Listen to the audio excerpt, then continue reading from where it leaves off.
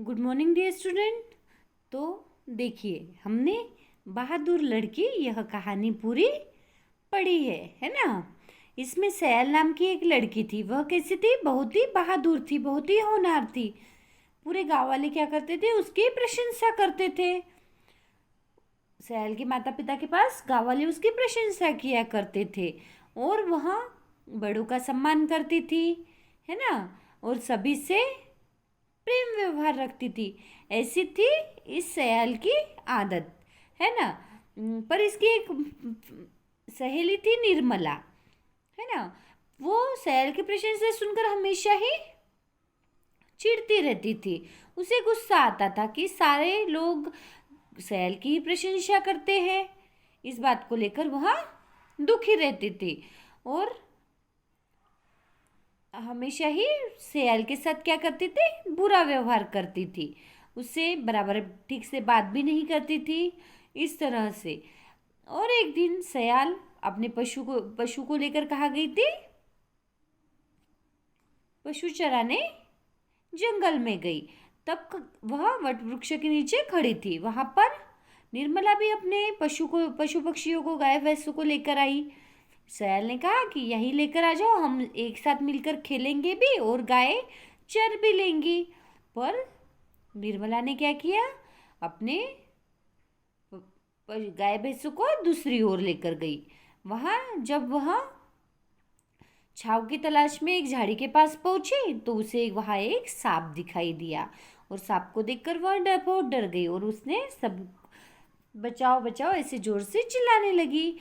तब सयाल उसकी चीख सुनकर दौड़कर उसकी मदद करने वहां आ गई और बहुत ही बहादुरी से और चतुराई से उसने सयाल की मदद की। और क्या किया फिर? मदद करके उस सांप को क्या किया? झाड़ी में फेंक दिया। बहुत ही हिम्मत के साथ उस सांप को मारकर झाड़ी में फेंक दिया और सयाल और वह दोनों गले मिली। और यहाँ पर हमारी कहानी पूरी हुई थी, है ना, जिसका नाम था बहादुर लड़की। इस कहानी में हमने क्या सीखा था कि हमें एक दूसरे के साथ सहयोग की भावना रखनी चाहिए, प्रेम का व्यवहार रखना चाहिए, है ना। और सभी से मीठा बोलना चाहिए तथा सभी से सद्व्यवहार करना चाहिए। यह थी हमारी कहानी जिसका नाम था बहादुर लड़की। तो इस कहानी का अभ्यास आज हमें देखना है। सयाल, पहला है मौखिक प्रश्न। सयाल कहाँ रहती थी? तो इसका जवाब है सयाल गुजरात के किसी गांव में रहती थी। सयाल कैसी लड़की थी? सयाल एक होनहार लड़की थी, है ना। निर्मला सयाल से क्यों चिढ़ती थी?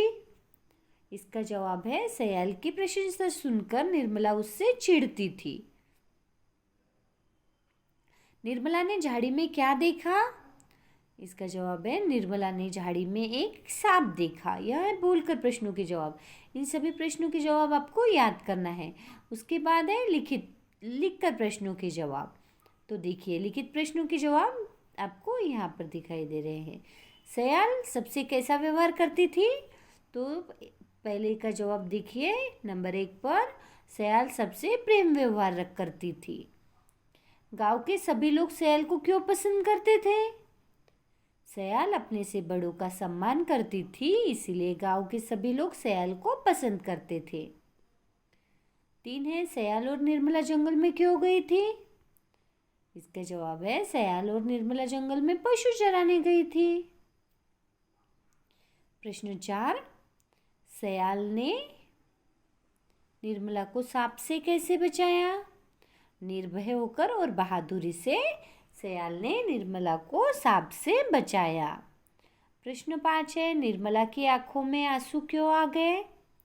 इसका जवाब है सयाल ने अपनी जान की परवाह नहीं की और निर्मला की मदद करने आ गई और उसने उसे सांप से बचाया, इसीलिए निर्मला की आंखों में आंसू आ गए।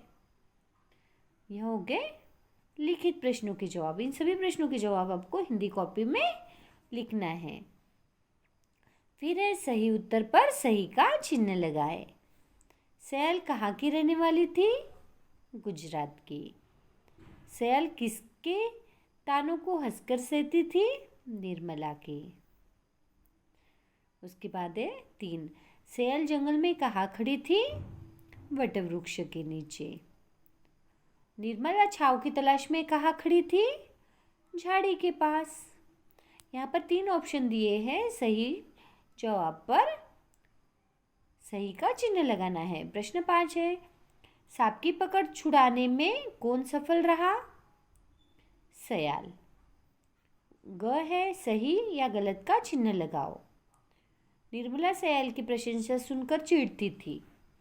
सही। सयाल निर्मला को अपनी सहेली नहीं मानती थी। गलत। सयाल निर्मला को अपनी सहेली मानती थी। निर्मला ने सयाल को अपनी माला नहीं दिखाई। निर्मला ने सयाल को अपनी माला नहीं दिखाई, यह सही बात है। सयाल और निर्मला जंगल में खेलने जाती थी। गलत। वह पशु चराने जाया करती थी। सयाल और निर्मला जंगल में खेलने जाती थी, यह गलत है। 5, सांप को देखकर निर्मला डर गई। सही।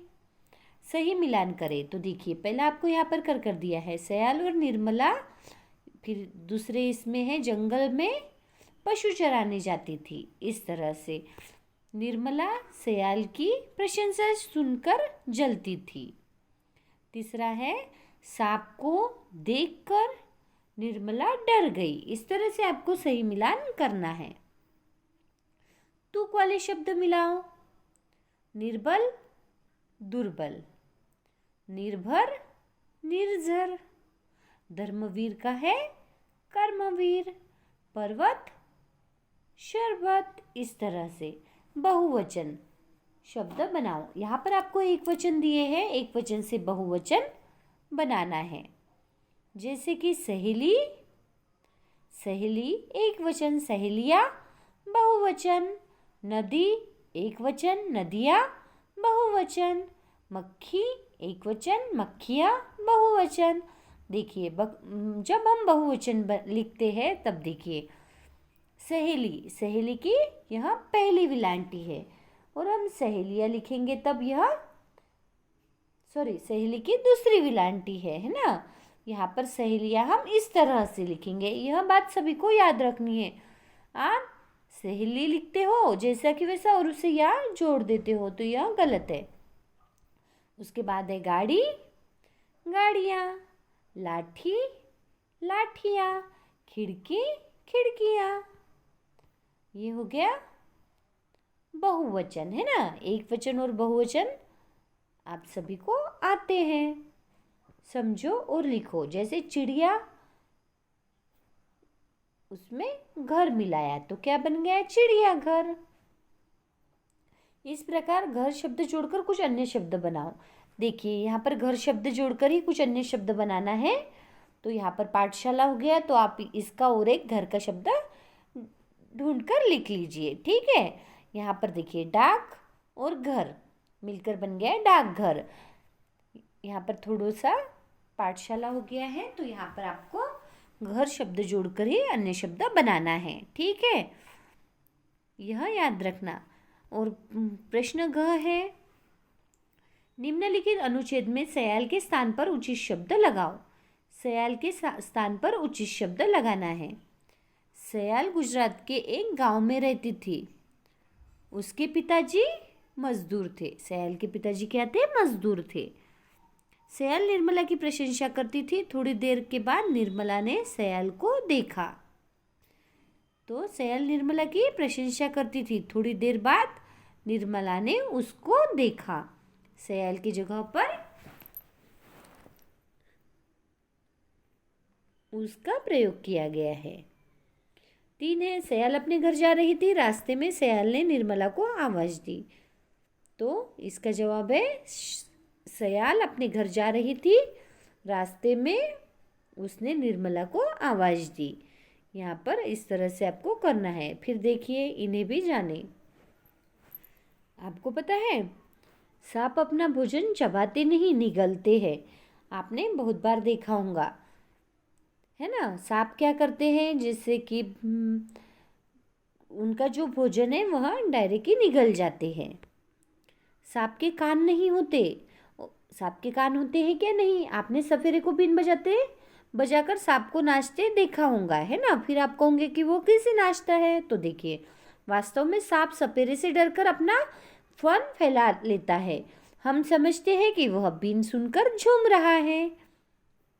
सांप दूध नहीं पीते। कुछ सपेरे सांप को जबरदस्ती दूध पिलाते हैं, जिससे सांप की मृत्यु भी हो सकती है। यह सांप के बारे में आपको यहाँ पर जानकारी दी गई है। सांप सूंघने का काम अपनी जीभ से लेते हैं। सांप सूंघने का काम कैसे करते हैं? अपनी जीभ से करते हैं। भारत में सांपों की लगभग 50 किस्में हैं, जिसमें से मात्र 4 प्रकार के सांप मनुष्य के लिए जानलेवा सिद्ध होते हैं। यह है सांप के बारे में जानकारी। अब देखिए, आओ कुछ और करें। यह अभ्यास तो आपको पूरा करना ही है। उसके साथ यह सांप की जानकारी पूरी पढ़ना है अच्छे से, और यह आओ और कुछ करें। देखिए, अपने शहर में आपने बहुत से जानवरों को घूमते हुए देखा होगा। उसकी एक सूची तैयार करो। जानवरों के नाम की सूची तैयार करना है। उसके बाद है, अपने जानवरों की सूची में से किन्हीं 5 जानवरों के बारे में 3-3 वाक्य लिखो। 5 जानवरों के बारे में 3-3 वाक्य लिखना है। और 3 है, किसी एक जानवर का चित्र बनाकर उसमें रंग भरो। अभ्यास के साथ आपको यह भी कुछ और करना है, ठीक है? तो यहाँ पर हमारा पाठ, जिसका नाम है बहादुर लड़की, और इस पाठ का अभ्यास पूरा होता है। Thank you.